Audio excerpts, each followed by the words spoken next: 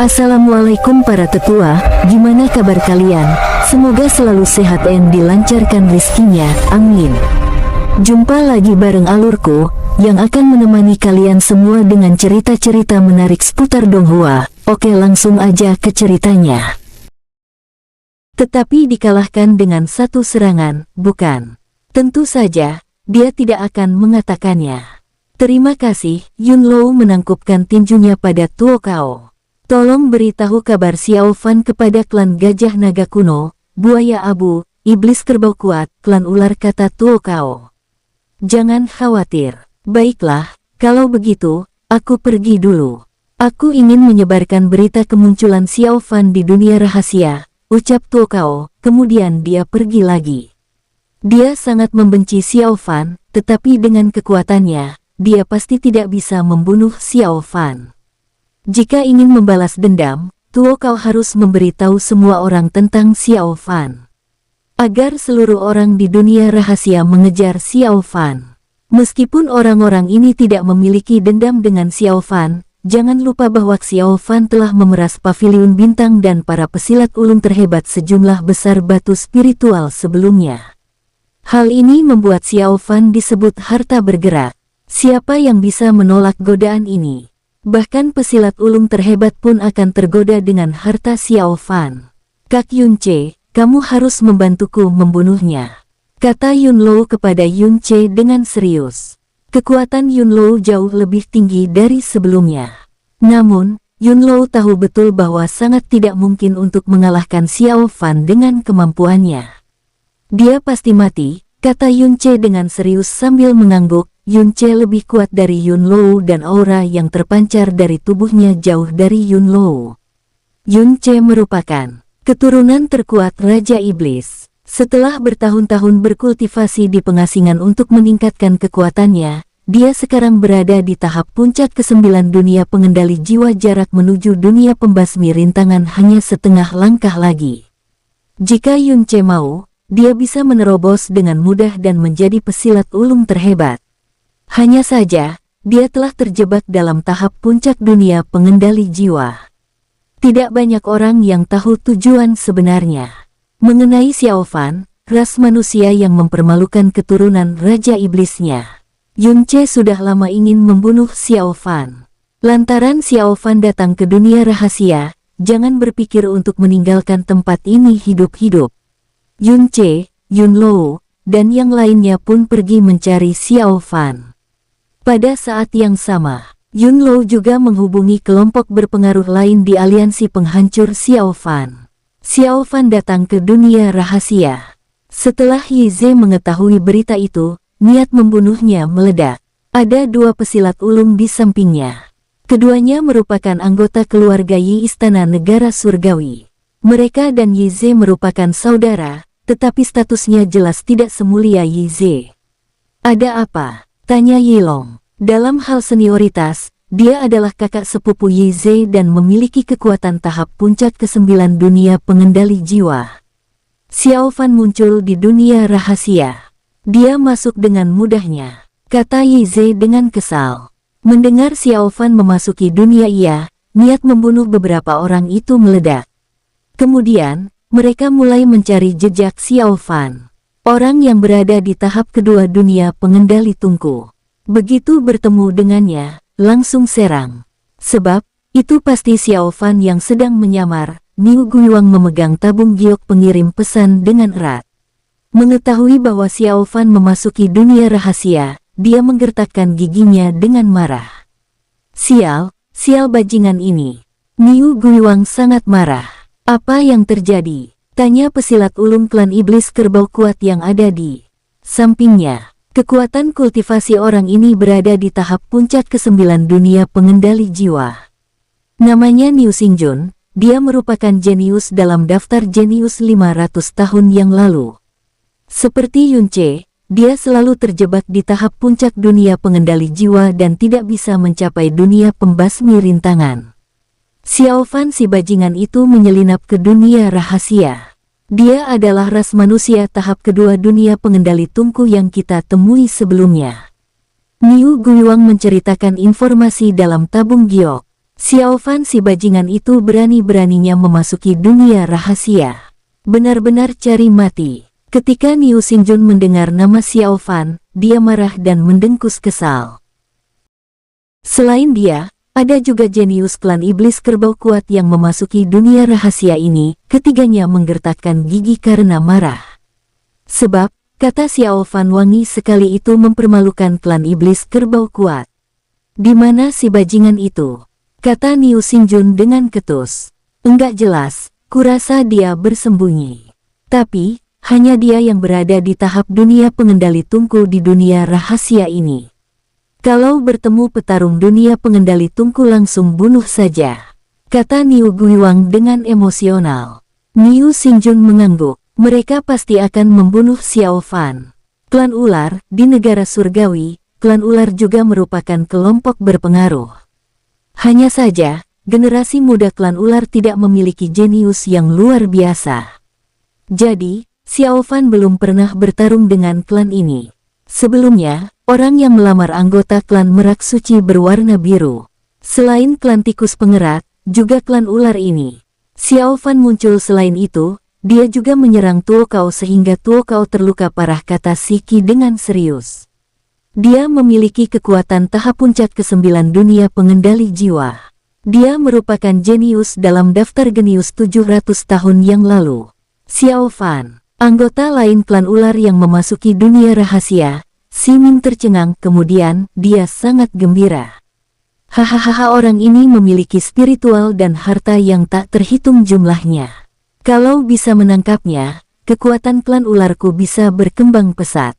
Betul sekali, ayo pergi, bunuh semua kultivator dunia pengendali tungku yang kita temui. Kata Siki, matanya memancarkan keserakahan. Lalu, keduanya pun pergi.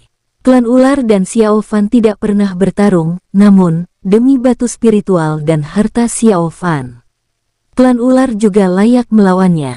Astaga, Xiao Fan ternyata ada di sini. Mo Xingyuan tertegun. Benar, keturunan penguasa iblis juga bergabung dalam aliansi penghancur Xiao Fan.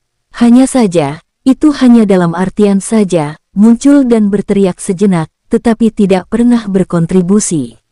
Lagi pula, di pavilion bintang sebelumnya, Xiao Fan juga menculik Mo Xingyuan dan memeras sejumlah batu spiritual dengan penguasa iblis. Orang luar tidak tahu cerita sebenarnya. Hanya saja, penguasa iblis dan Mo Xingyuan harus berakting dengan meyakinkan. Lagi pula, Xiao Fan telah memberikan begitu banyak batu spiritual. Masalah ini tidak boleh terungkap. Si bajingan itu berani datang ke dunia rahasia. Begitu menangkapnya, aku pasti akan membunuhnya, kata pesilat ulung di samping Mo Xingyuan dengan galak.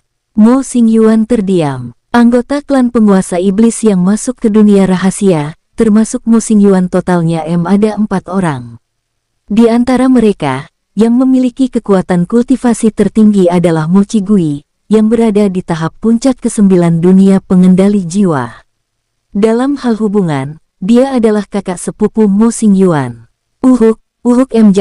Jangan impulsif. Kita lihat situasinya saja dulu.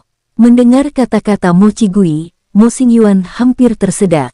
Mengenai masalah bekerja sama dengan Xiao Fan, baik penguasa iblis maupun Mo Xingyuan tidak mengungkapkannya. Mo Qigui dan yang lainnya sama sekali tidak mengetahui masalah ini.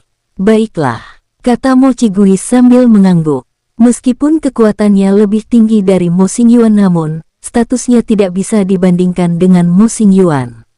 Singkat cerita, semua jenius kelompok berpengaruh yang bergabung dalam aliansi penghancur Xiao Fan mengetahui berita Xiao Fan. Sementara itu, Tuo Kao masih terbang dan terus menyebarkan berita kedatangan Xiao Fan di dunia rahasia. Jika itu orang lain dan hanya tersisa jiwa spiritual, pasti akan sangat rendah hati dan menyembunyikan diri. Namun, klan tikus pengerat merupakan pengecualian. Metode menyelamatkan diri klan ini merupakan yang terbaik. Saat hanya tersisa jiwa spiritual, mereka bisa melarikan diri lebih cepat lagi. Ketika penyihir merah mendengar berita itu, dia tercengang. Xiao Fan benar-benar datang. Kak Mo Yi, ayo kita cari Xiao Fan. Dia dalam bahaya sekarang, kata penyihir merah. Mo Yi memandang penyihir merah dan berkata dengan serius, enggak bisa kali ini, kita memasuki dunia rahasia. Untuk mendapatkan kesempatan mencapai dunia pembantai takdir. Kita enggak tahu apa yang akan terjadi di dunia rahasia selanjutnya. Sekarang, kita harus tetap merendah, enggak kalau kalian enggak pergi, aku akan pergi sendiri.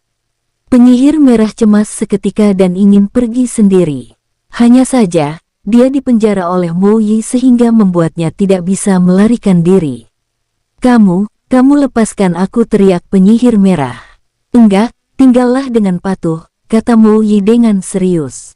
Di samping itu, Lan Lin dari klan Merak Suci juga sudah mendengar berita yang disampaikan oleh Tuo Kao. Begitu mengetahui bahwa Xiao Fan memasuki dunia rahasia, Xiao Fan gumam Lan Lin, niat membunuhnya membara. Pria yang membuat adik sepupunya hamil. Pria hidung belang ini, meskipun dia berjanji pada patriark bahwa dia akan memberitahu Xiao Fan tentang kabar kehamilan Lan Zhankui. Hanya saja, Lan Lin sejak awal tidak berniat untuk melakukannya. Dia ingin membunuh Xiao Fan, membunuh pria tak berperasaan ini. Lan Lin adalah sepupu Lan Zhankui. Dalam hal hubungan, ibu Lan Zhankui adalah bibi Lan Lin. Sejak Lan Zhankui hamil, anggota klan Merak Suci yang tahu akan hal ini gempar. Sebelumnya, Lan Zhankui adalah jenius teratas dalam keluarga. Sekarang, telah menjadi tubuh suci Yin Yang dan merupakan masa depan keluarga, alhasil, dia hamil. Tak perlu dikatakan pun semua orang bisa menebak siapa ayah dari anak itu. Pasti Xiao Fan si bajingan itu, jika membicarakan masalah lain, mungkin sebuah klan tidak akan sekompak ini. Namun, masalah ini merupakan sesuatu yang mempermalukan klan. Misalnya, Xiao Fan mengevaluasi daging klan iblis kerbau kuat wangi sekali luka kedua belah pihak sama dan tidak ada perbedaan. Untungnya, masalah ini tidak tersebar. Jika tidak, klan Merak Suci akan sangat malu.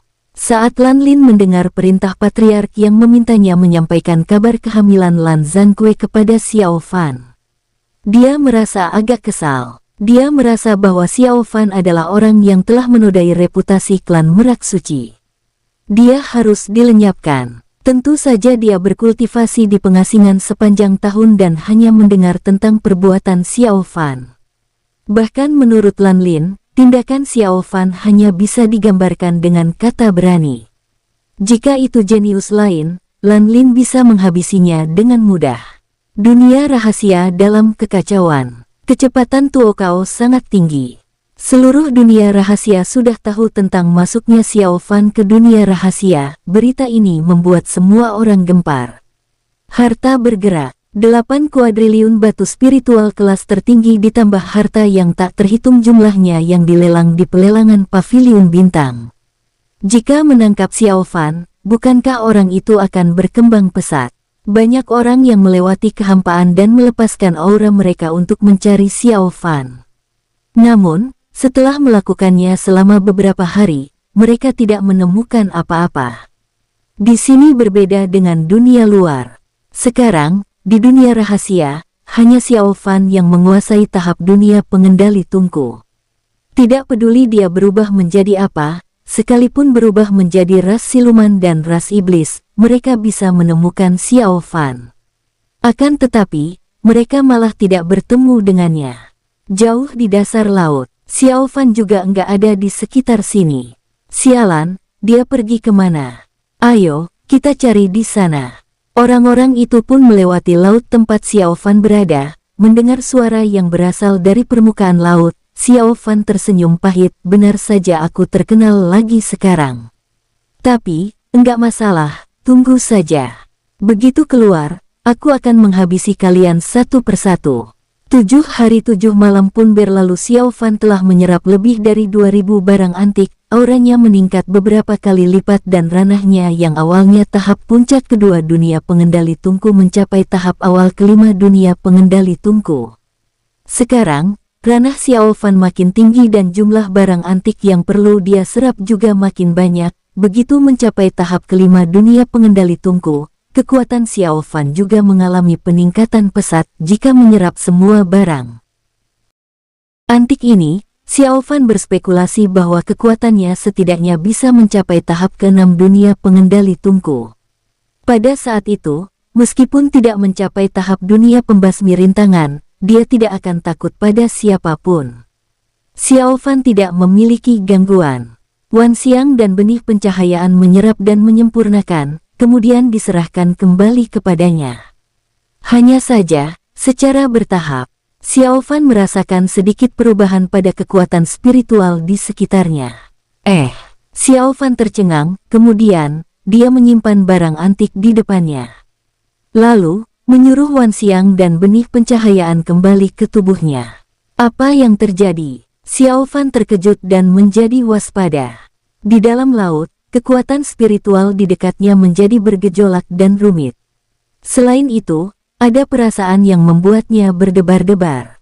Ada bahaya. Xiao Fan mengira bahwa ada musuh kuat yang datang. Hanya saja, dia tidak merasakan aura makhluk hidup. Saat berikutnya air laut di hadapannya beriak dan secara bertahap berkumpul, perlahan-lahan membentuk prajurit sirah hitam. Para prajurit sirah hitam ini padat dan di balik baju sirahnya kosong. Hanya saja, baju sirah itu memancarkan cahaya biru. Enggak ada aura kehidupan. Xiao Fan tampak serius dan siap untuk bertempur. Tak satupun aura yang dipancarkan para prajurit sirah hitam ini yang lemah. Hanya saja, mereka tidak memiliki karakteristik kehidupan apapun. Setelah prajurit sirah hitam terbentuk, tidak ada reaksi apapun. Mereka satu persatu terus bertambah. 100 orang, 300 orang, 5.000 orang, 10.000 orang. Jumlah prajurit sirah hitam tidak bertambah ketika mencapai 10.000 orang. Laut berangsur-angsur tenang. Latihan, tingkat pertama mulai. Tiba-tiba, semua prajurit sirah hitam maju serempak. Suara mereka berbeda, seolah-olah memiliki kehidupan. Namun, Xiao Fan tahu betul bahwa prajurit sirah hitam ini tidak memiliki aura kehidupan. Apakah ini ujian? Gumam Xiao Fan. Dia menduga bahwa itu mungkin jiwa pesilat ulung dari masa lalu yang disebut Taoist Wuji. Kelompok prajurit sirah hitam ini berlari ke arah Xiao Fan dengan niat membunuh yang membara. Xiao Fan mengembuskan napas. Dalam situasi ini, dia tidak punya pilihan lain. Dia akan membunuh semua prajurit sirah hitam ini. Bunuh mereka. Pembasmi langit dan bumi muncul di tangan kiri dan kanan Xiao Fan. Dia layaknya malaikat maut di kedalaman laut. Para prajurit sirah hitam itu semua berada pada tingkatan dunia pembelah laut. Namun, keunggulannya adalah jumlah mereka sangat banyak. Meskipun hebat, seseorang juga tidak bisa mengalahkan lawan yang begitu banyak. Kata pepatah itu sama sekali bukan bohongan. Di sisi lain, Xiao Fan meledakkan aura yang luar biasa mengerikan. Air di laut dalam bahkan menguap. Setiap kali Xiao Fan menebaskan pedangnya, para prajurit sirah hitam ini akan hancur berkeping-keping. Setiap kali pedangnya mendarat, sebagian besar prajurit sirah hitam yang berada di area itu akan melarikan diri. Bam, brum, bam. Ketika menghadapi puluhan ribu prajurit sirah hitam, serangan Xiao Fan sangat kuat dan berani. Xiao Fan benar-benar menindas para prajurit sirah hitam itu sepenuhnya. Segera, para prajurit sirah hitam itu hampir habis dibunuh. Setiap kali dibunuh oleh Xiao Fan, cahaya biru yang tampak di sirah hitam para prajurit itu akan berangsur-angsur padam. Lalu, sirah hitam itu juga kehilangan elastis dan menjadi kaku. 15 menit kemudian, Xiao Fan sudah membunuh semua prajurit sirah hitam. Para prajurit sirah hitam tersebut berangsur-angsur menghilang dan hanyut ke dalam lautan. Akan tetapi, pada saat ini, terdengar suara serak yang menggema di telinga Xiao Fan. Tahap pertama lulus. Xiao Fan mengembuskan napas dan menyimpan pembasmi langit dan bumi. Begitu melihat sekeliling, dia menggelengkan kepalanya. Sepertinya, aku harus mengganti tempat pengasingan diri untuk berkultivasi. Pertarungan barusan telah menimbulkan keributan besar dan bahkan menghancurkan lingkungan di sekitar Xiao Fan. Para prajurit sirah hitam yang baru saja muncul itu, Xiao Fan menduga bahwa mereka itu adalah ujian yang disebut oleh Taoist Wuji. Biarpun tidak bernyawa, kekuatan dari para prajurit zirah hitam itu memang berada pada tingkatan dunia pembelah laut. Apa tahap pertama sudah begitu kuat? Xiao Fan bergumam di dalam hatinya. Dia sangat penasaran terhadap tahap terakhir nanti. Selain itu, apakah tidak ada aturan tetap dari kapan tes setiap tahap akan muncul? Xiao Fan pergi menjauh dari kawasan laut barusan. Kali ini, Xiao Fan tidak memilih berkultivasi di pengasingan yang ada di laut dalam. Sebaliknya, dia pergi ke daratan. Jika medan perang untuk bertarung dengan para prajurit zirah hitam tadi itu adalah daratan, Xiao Fan benar-benar bisa langsung memusnahkan mereka dengan menggunakan teknik api. Teknik api adalah keterampilan ilahi untuk mengendalikan api. Setelah mendapatkan api iblis merah, Xiao Fan juga memperoleh banyak macam api ajaib di pelelangan paviliun bintang. Xiao Fan menyempurnakan dan menggabungkan semua api ajaib itu. Kini, tubuh Xiao Fan mengandung api yang sangat mengerikan. Ini juga merupakan salah satu hasil yang diperoleh Xiao Fan ketika berkultivasi di Ordo Ilahi selama setengah tahun. Tentu saja berkultivasi di pengasingan di daratan, hal tersebut juga membuktikan bahwa Xiao Fan penuh dengan kepercayaan diri saat ini. Meskipun tahap kelima dasar dunia pengendali tungku tidak sangat kuat, tampaknya tidak ada seorang pun yang berada di dunia rahasia bisa mengalahkan Xiao Fan. Namun, kali ini Xiao Fan akan lebih berhati-hati. Jika tidak menjadi yang tak terkalahkan, dia tidak akan mengakhiri pengisolasian diri untuk berkultivasi. Selain Xiao Fan, ada juga orang lain yang mengalami ujian yang sama di dunia rahasia.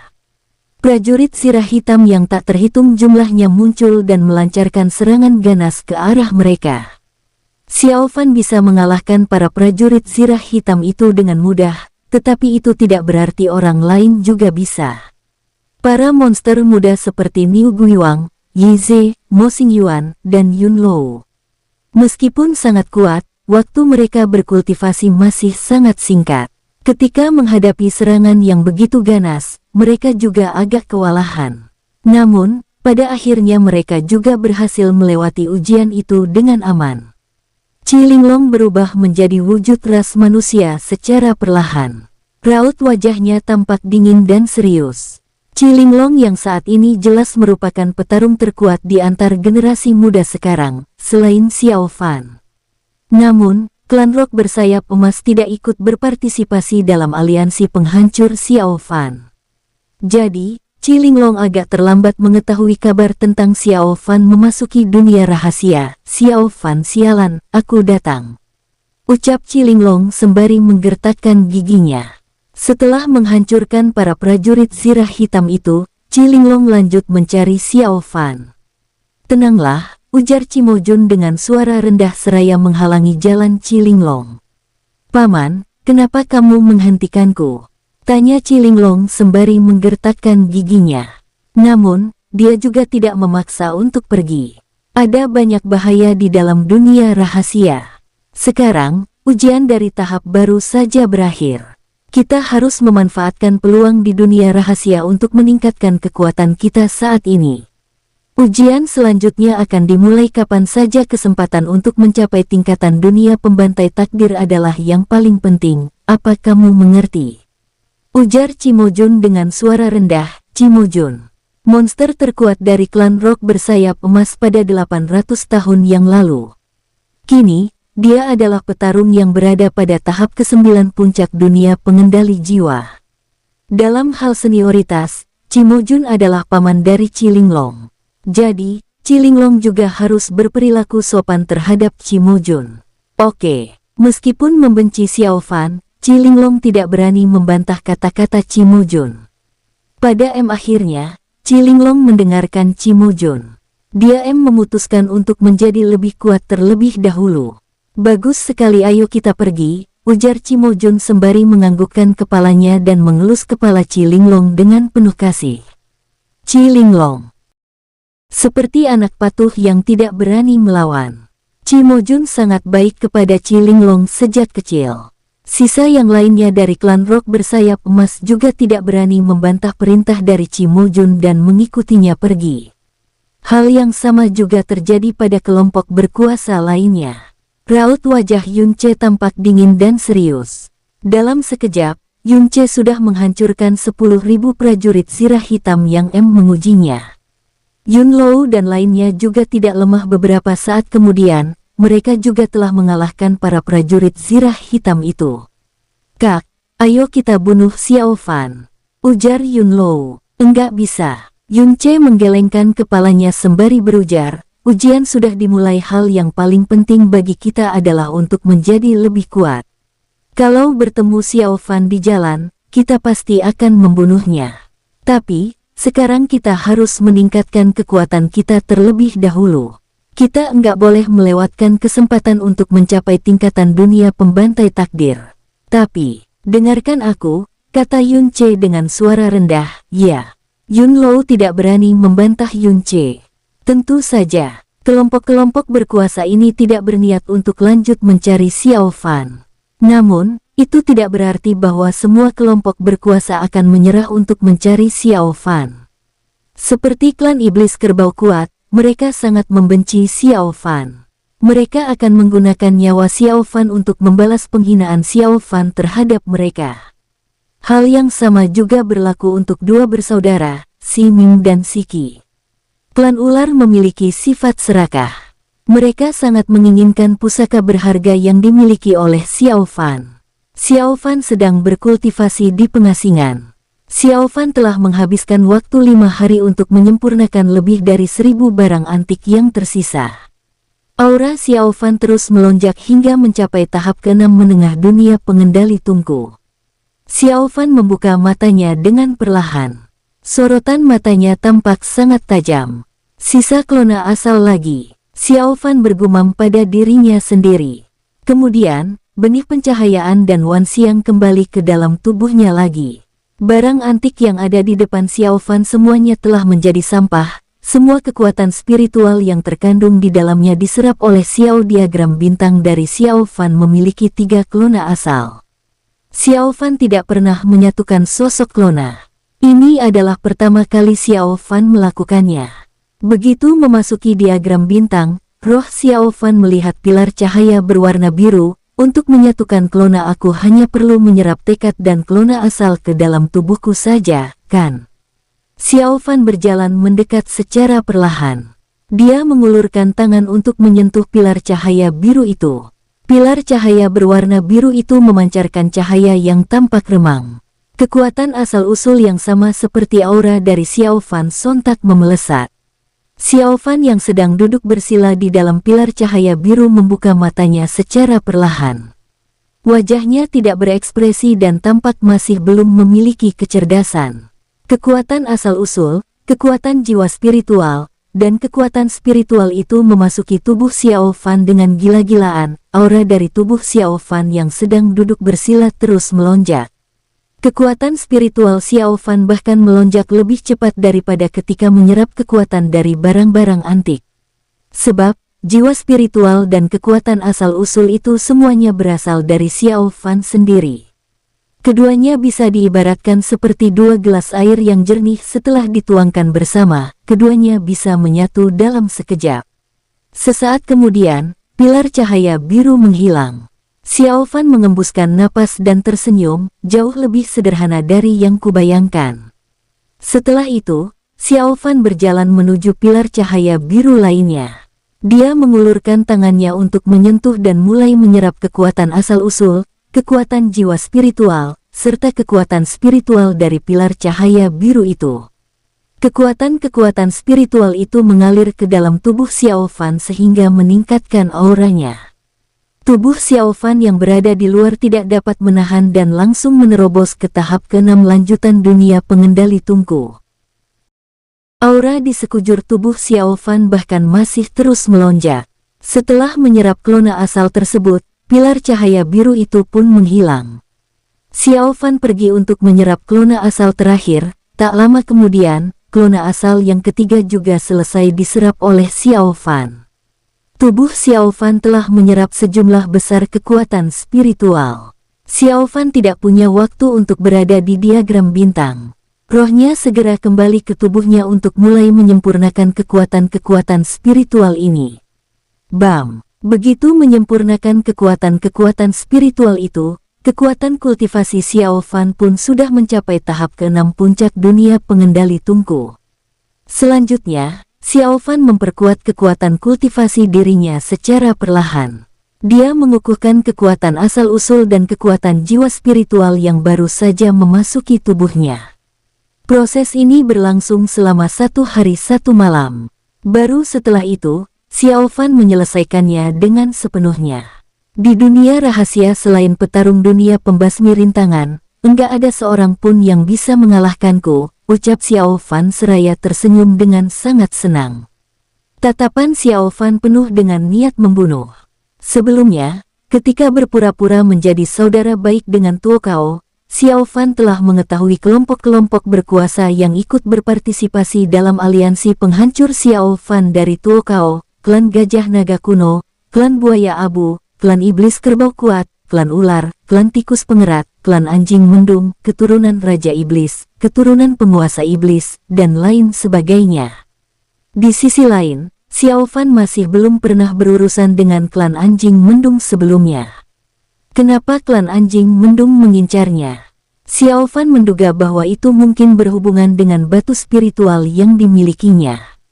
Tentu saja, Xiao Fan sama sekali tidak memiliki kesan yang baik terhadap kelompok-kelompok berkuasa ini, selain keturunan penguasa iblis. Namun, Xiao Fan juga tidak merasa aneh bahwa keturunan penguasa iblis ikut terlibat. Bagaimanapun, Xiao Fan telah memeras pihak penguasa iblis atas nama dirinya waktu itu. Xiao Fan tidak buru-buru mengakhiri pengisolasian diri untuk berkultivasi.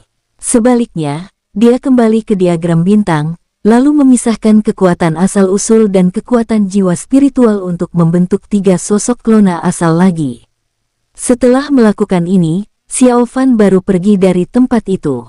Dia hendak keluar untuk berburu monster-monster dari kelompok-kelompok berkuasa ini. Xiao Fan akan membiarkan mereka merasakan trauma dalam hidup mereka.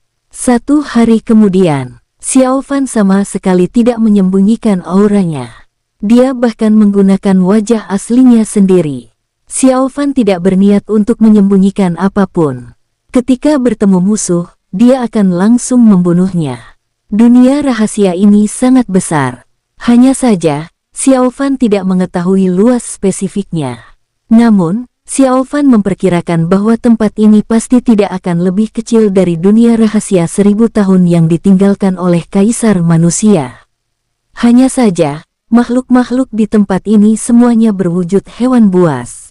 Xiao Fan bahkan tidak melihat sosok dari klan iblis dan manusia. Xiao Fan, kalian siapa? Xiao Fan memandangi kedua orang yang berada di depannya.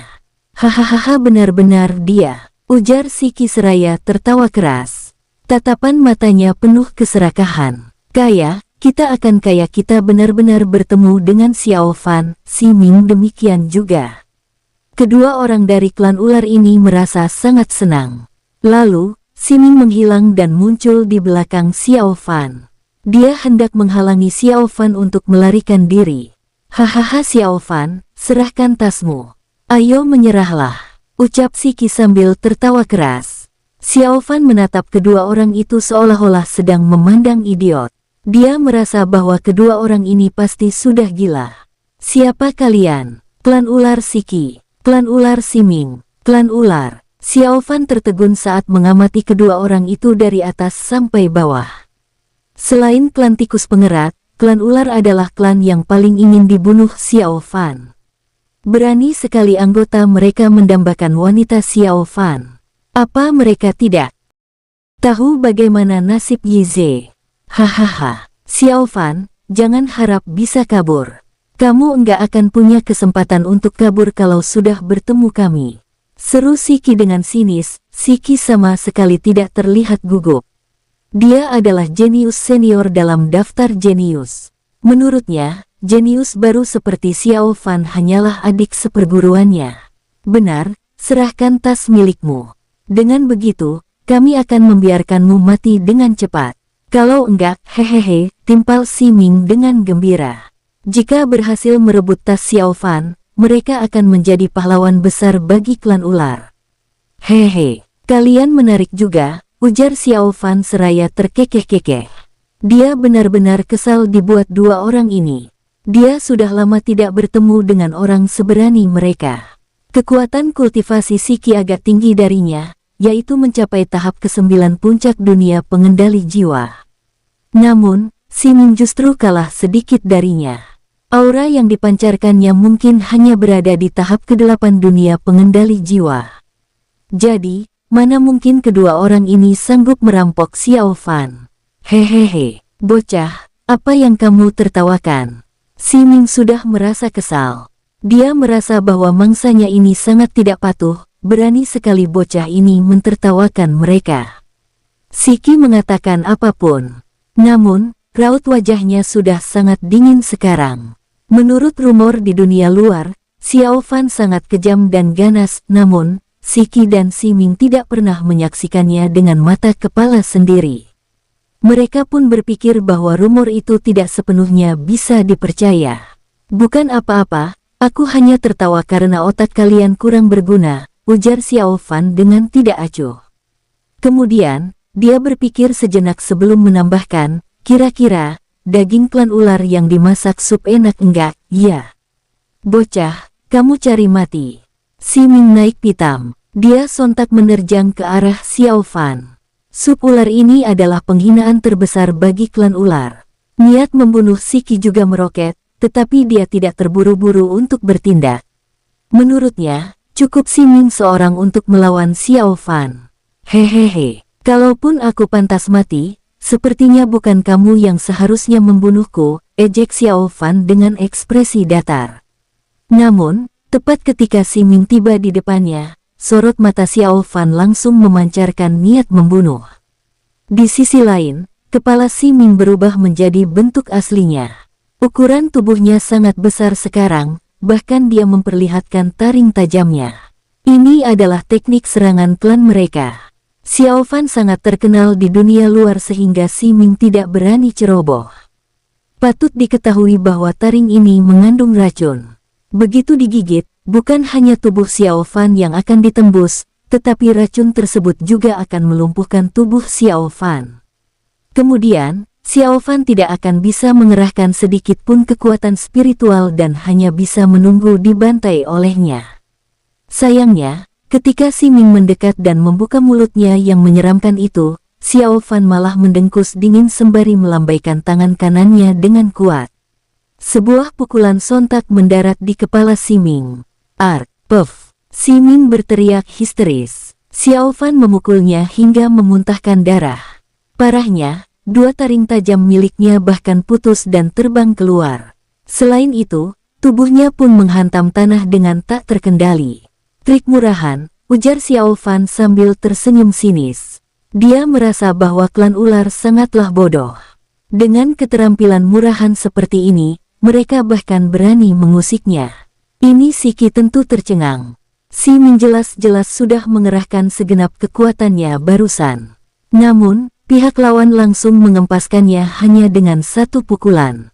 Apa mungkin Xiao Fan ini benar-benar begitu kuat? Setelah memikirkan hal ini, Siki kembali mengamati Xiao Fan dengan sungguh-sungguh. Dia ingin memeriksa kekuatan kultivasi yang dimiliki Xiao Fan. Pemuda ini telah mencapai tahap ke-6 puncak dunia pengendali tungku. Gawat, gumam Siki kepada dirinya sendiri. Menurut rumor di dunia luar, Xiao Fan memiliki kemampuan mengerikan sehingga mampu bertarung melawan pesilat yang tingkatannya lebih tinggi darinya. Ketika berada di dunia pembelah laut, dia sudah bisa melawan ahli dunia pengendali jiwa. Sekarang, dia telah mencapai tahap ke-6 dunia pengendali tungku. Lantas, seberapa dahsyat kekuatannya sekarang? Di sisi lain, Siming sedang tergeletak di lantai. Hantaman barusan membentuk sebuah lubang besar yang dalam. Pukulan Xiao Fan terlihat biasa saja, tetapi telah menghancurkan daging, tulang, dan pembuluh darah Siming. Jiwa spiritual Siming bahkan terguncang sehingga pikirannya kosong untuk seketika. Siki tahu bahwa situasi ini sangat buruk. Bintang jahat ini tidak sesederhana yang terlihat. Hanya dengan satu pukulan, dia berhasil mengalahkan Siming. Siki pun bukan tandingannya. Harus dikatakan bahwa klan ular sangatlah berbahaya dan serakah. Setelah memikirkan ini, Siki sontak berbalik dan hendak melarikan diri. Hehehe, mau kabur, ucap Xiao Fan seraya tersenyum mengejek. Kemudian, dia segera mengaktifkan teknik Phoenix. Dalam sekejap, Xiao Fan berhasil menyusul Siki dan mengadang di depannya. Kamu, biarkan saja masalah ini berlalu. Apa kamu benar-benar ingin berselisih dengan kami? Ancam Siki dengan lantang. Benar-benar berselisih, sahut Xiao Fan seraya tersenyum. Dia sangat penasaran, apakah klan ular benar-benar bodoh? Jelas-jelas kalian yang mengejarku. Sekarang, kamu masih bisa bertanya seperti itu padaku. Ejek Xiao Fan, lalu dia segera mengambil tindakan. Dia tidak berniat berbasa-basi dengan Siki. Jadi, dia akan menaklukkannya terlebih dahulu. Formasi Phoenix pun diaktifkan, lalu diiringi dengan suara burung Phoenix. Xiao Fan bergegas menerjang ke arah Siki untuk melancarkan serangan. Siki tidak mau kalah. Dia berubah menjadi bentuk aslinya, yaitu ular raksasa sepanjang ribuan meter. Matanya memancarkan cahaya hijau yang dingin, sementara mulutnya menunjukkan taring tajam. Xiao Fan sama sekali tidak takut. Dia sontak melayangkan tinju ke kepala Siki. Siki pun meraung, lalu cahaya putih tiba-tiba memelesat dari mulutnya. Melihat ini, Xiao Fan tetap tenang. Tinjunya pun menghancurkan cahaya putih tersebut. Duar, duar. Kedua belah pihak bertarung dengan sengit. Dalam waktu singkat, mereka telah mengeluarkan puluhan jurus. Pada akhirnya, Pev. Siki terhempas akibat pukulan Xiao Fan. Tubuhnya hancur, bahkan beberapa kali lipat lebih mengenaskan daripada Siming. Saat ini, Siming baru siuman. Ketika melihat Siki yang dikalahkan dengan tragis, hatinya seketika diselimuti oleh keputusasaan.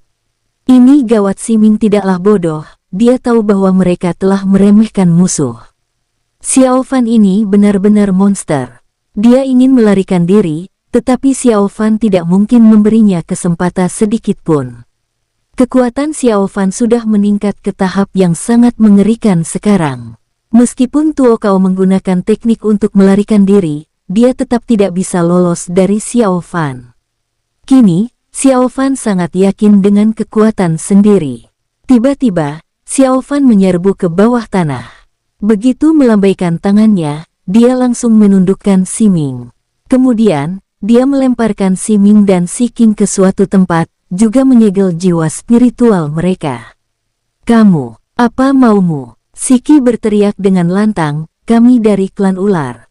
Kalau kamu membunuh kami, itu artinya, kamu akan menjadi musuh bebuyutan klan ular. Meskipun berteriak keras, Siki sebenarnya tidak memiliki kepercayaan diri sedikit pun. Benar, masalah ini hanya kesalahpahaman. Tolong lepaskan kami. Klan ular sama sekali enggak berniat bermusuhan denganmu. Seru Siming. Siapa yang ingin mati jika masih bisa hidup? Apalagi, jenius seperti mereka memiliki kehidupan indah, masa depan mereka juga sangat cemerlang. Hehe, kalian pikir aku akan takut dengan ancaman seperti itu? Sahut Xiao Fan sambil tersenyum mencemooh. Kemudian, dia mendekati keduanya perlahan-lahan. Jangan mendekat, apa maumu? Kamu Siming dan Siki berteriak histeris. Mereka takut Xiao Fan akan bertindak sembarangan. Alhasil, Xiao Fan hanya mengambil tas mereka tanpa melancarkan serangan apapun. Keduanya seketika merasa lega. Setelah memindai isi tas dengan rohnya, Xiao Fan memperlihatkan ekspresi menghina sambil berkata, kalian miskin sekali. Begitu mendengar ucapan Xiao Fan, wajah Siki dan Siming sontak menjadi sangat suram. Bocah ini sudah merampok tas mereka, tetapi masih menghina mereka miskin. Faktanya, bukan Siming dan Siki yang miskin, namun, Xiao Fan sudah terlalu kaya. Jumlah batu spiritual yang dimiliki tidak bisa ditandingi oleh para ahli hebat di dunia ini. Jadi, mana mungkin dia tertarik pada benda-benda yang dimiliki oleh Siming dan Siki. Hanya saja, sesedikit apapun, batu spiritual tetaplah benda berharga. Xiao Fan tetap menyimpan tas mereka berdua. Dia tidak akan menyia-nyiakannya begitu saja. Setelah menyelesaikan semua ini, Xiao Fan menatap Siming dan Siki. Dia pun tersenyum jahat sambil menjilat bibirnya.